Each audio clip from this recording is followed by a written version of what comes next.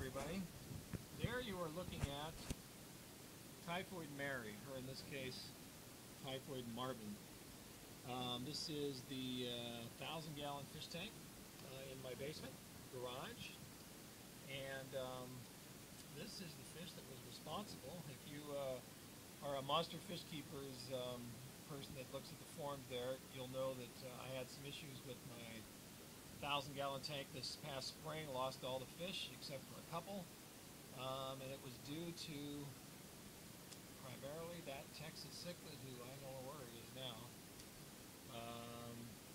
Anyway, he was spawning upstairs in one of my smaller tanks, 135, and he was getting his little butt kicked by an arrow cichlid, which ironically is now in this tank as well.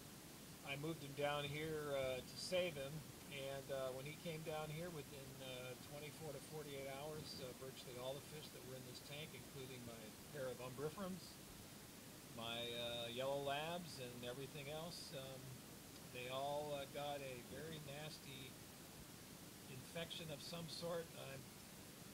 Similar to, I've never seen anything like it in my 35 plus years of keeping fish, but it was something analogous to the flesh-eating bacteria, I guess, that we've seen with people the last few years. Anyway, to make a long story short, I had to euthanize all the fish in this tank with the exception of one female festi, the little festi that had spawned. Well, I had a pair of festi in this tank originally, and they spawned, and I pulled all the fry out with the exception of a couple because the umbies were eating them all. And ironically, she was one of two fish that survived the nasty infection that spread through here. The other one being a male Panostictus, where I had 4 previously, and those 2 fish survived fine. I did a massive water change, and other than that, didn't do anything different. Put in a bunch of Islanum fry that I had to sort of test the water, and within a couple days, everything seemed fine, and I repopulated the tank, and what you see now is the new crop of fish that are in here, including most all the fish in this tank are fry from various spawnings of mine, with the exception of a couple jags, which you see the male right here. And these were fry that I had gotten from another local friend of mine, Calvin, who had done a wonderful job spawning some magnificent wild-caught jags. And now you see what's going on in this tank now. This is a really beautiful male. Over here is one of the large chanchos that I had spawned. There is the Panostictus that survived. Back there is one of the many Islanum in the tank.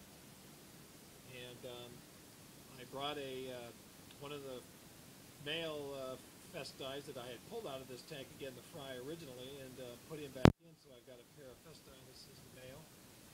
These fish are all subadults. They're probably in the, I don't know, it's hard to tell in a tank this big, but they're in the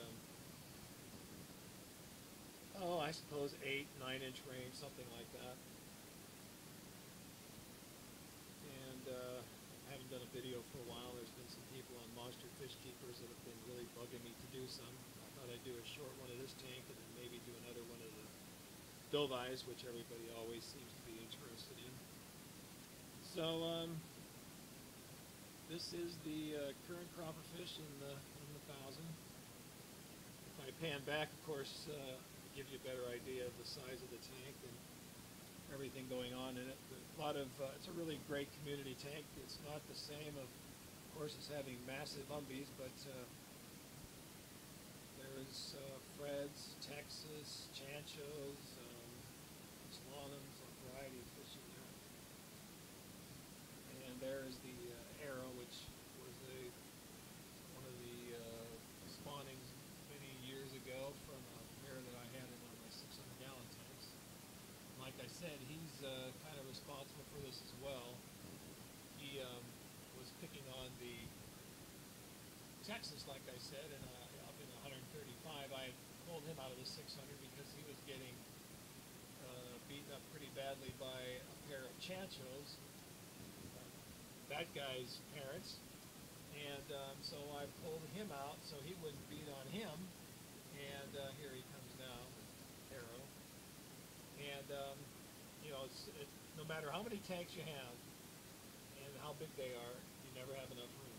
I have 12 tanks in the 200-gallon and larger range. Well, 135s, 180s, 270s, 600s, and 1,000. And even with all those tanks, it still doesn't seem to have enough space for all of my fish.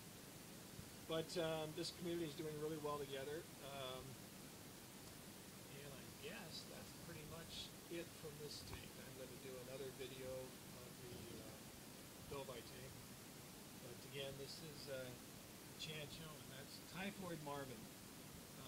Anyway, that's it for now.